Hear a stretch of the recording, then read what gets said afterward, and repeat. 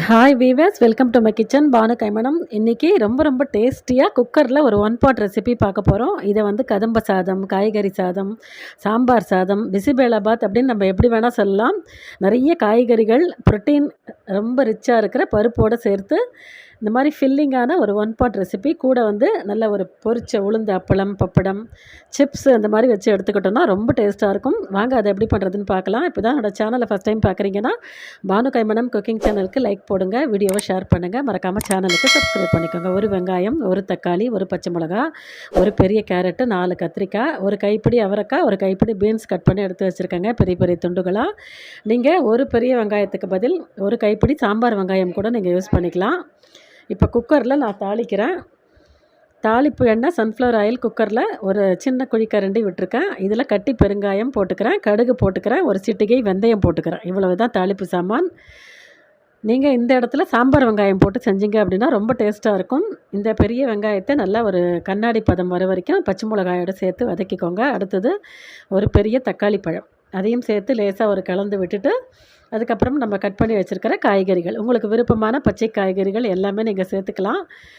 அரிசி பருப்பு கம்மியாக சேர்த்துட்டு காய்கறியை நிறைய சேருங்க. ரொம்ப சத்துள்ளதாக ஒரு நாளைக்கு நல்ல ஃபில்லிங்காக இருக்கும்.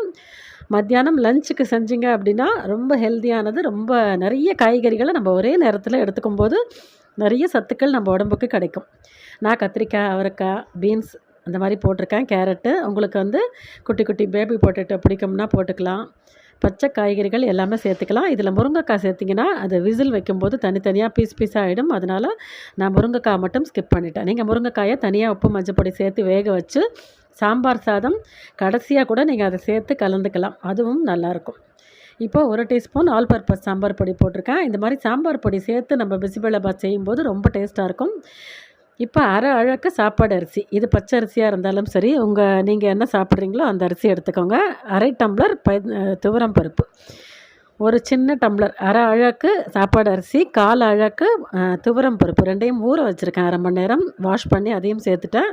இப்போ இந்த காய்கறி, அரிசி, பருப்புக்கு தேவையான உப்பு, தேவையான தண்ணி எல்லாமே விட்டாச்சு. இப்போ குக்கர் மூடி விசில் போட்டு 4லேருந்து 5 விசில் வச்சு நல்லா குழைய வேக வச்சு எடுத்துக்கோங்க. இப்போ இதுக்கு ஒரு பொடி ஒன்று ஸ்பெஷலாக நம்ம தயார் பண்ண போகிறோம். ஒரு சின்ன கடாயில் ஒரு கட்டி பெருங்காயம், 1 டீஸ்பூன் கடலைப்பருப்பு, 1 டீஸ்பூன் தனியா, காரம் இருக்கிற வரமிளகா 2.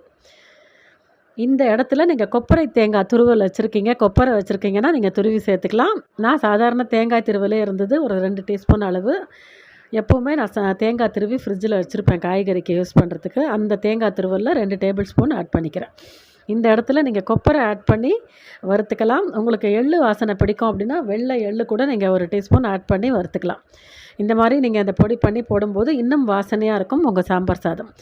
இதை இன்னும் வந்து கர்நாடகா ஸ்டைல், பெங்களூர் ஸ்டைலில் பண்ணணும் அப்படின்னா ஒரு சின்ன துண்டு பட்டை, ஒரு 2 கிராம்பு எல்லாமே நீங்கள் இந்த தாளிப்பு சாமான்களோட வறுத்துட்டு நீங்கள் பொடி பண்ணிங்கன்னா அது மசாலா வாசனை அடிக்கும். எனக்கு இந்த மசாலா வாசனை பிடிக்காதுங்க. அதனால் நம்ம சவுத் இண்டியன் ஸ்டைலில் நான் இந்த மாதிரி அதை ஸ்கிப் பண்ணிவிட்டு பொடி பண்ணிக்கிட்டேன். இப்போ நான் விசில் திறந்துட்டேன். எப்படி குழஞ்சி வந்திருக்கு பாருங்கள். அரிசி, பருப்பு, காய்கறி. இந்த இடத்துல அரை அழகு அரிசி, 1/4 அழகு துவரம் பருப்பு, எனக்கு எவ்வளோ சாதம் வந்திருக்கு பாருங்கள். காய்கறி நிறைய சேர்த்துக்கோங்க. ஒரு சின்ன பெரிய நெல்லிக்காய் சைஸ், பெரிய நெல்லிக்காய் இருக்கும் பார்த்திங்களா, அந்த சைஸ் புளி கரைச்சி சேர்க்குறேன். அந்த பொடியை சேர்த்துட்டேன். இப்போ இந்த சாம்பார் சாத்து கூட அந்த பொடியை கலந்து விட்டுட்டு அந்த புளி கரைசலையும் விட்டுட்டு நல்லா கிளறி, புளி வந்து பச்சை வாசனை போகணும். அடுப்பை நல்லா சிம்மில் வச்சுருங்க. இந்த அளவுக்கு தளன்னு இருக்கணும் சாதம். உங்களுக்கு இன்னும் லூஸாக பிடிக்கும்னா பொங்க வெந்நீர் வச்சு ஒரு 1/2 டம்ளர் சேர்த்திங்கன்னா கொஞ்சம் லூஸாக தளர்ந்து கொடுக்கும். இந்த அளவுக்கு சிம்மில் வச்சுருங்க. குக்கர் மூடிடுங்க. விசில் போடாதீங்க. அப்படியே 10 நிமிஷம் வைங்க. நான் அதை அப்படியே 10 நிமிஷம் வச்சு திறந்துட்டேன். இப்போ புளி பச்சை வாசனை போயிருக்கும், அந்த பொடி வாசனை போயிருக்கும். இந்த அளவுக்கு தளன்னு இருக்குது பாருங்கள். நல்ல சிம்மில் வச்சுட்டிங்கன்னா கண்டிப்பாக அடி பிடிக்காது. எனக்கு அடி பிடிக்கலை.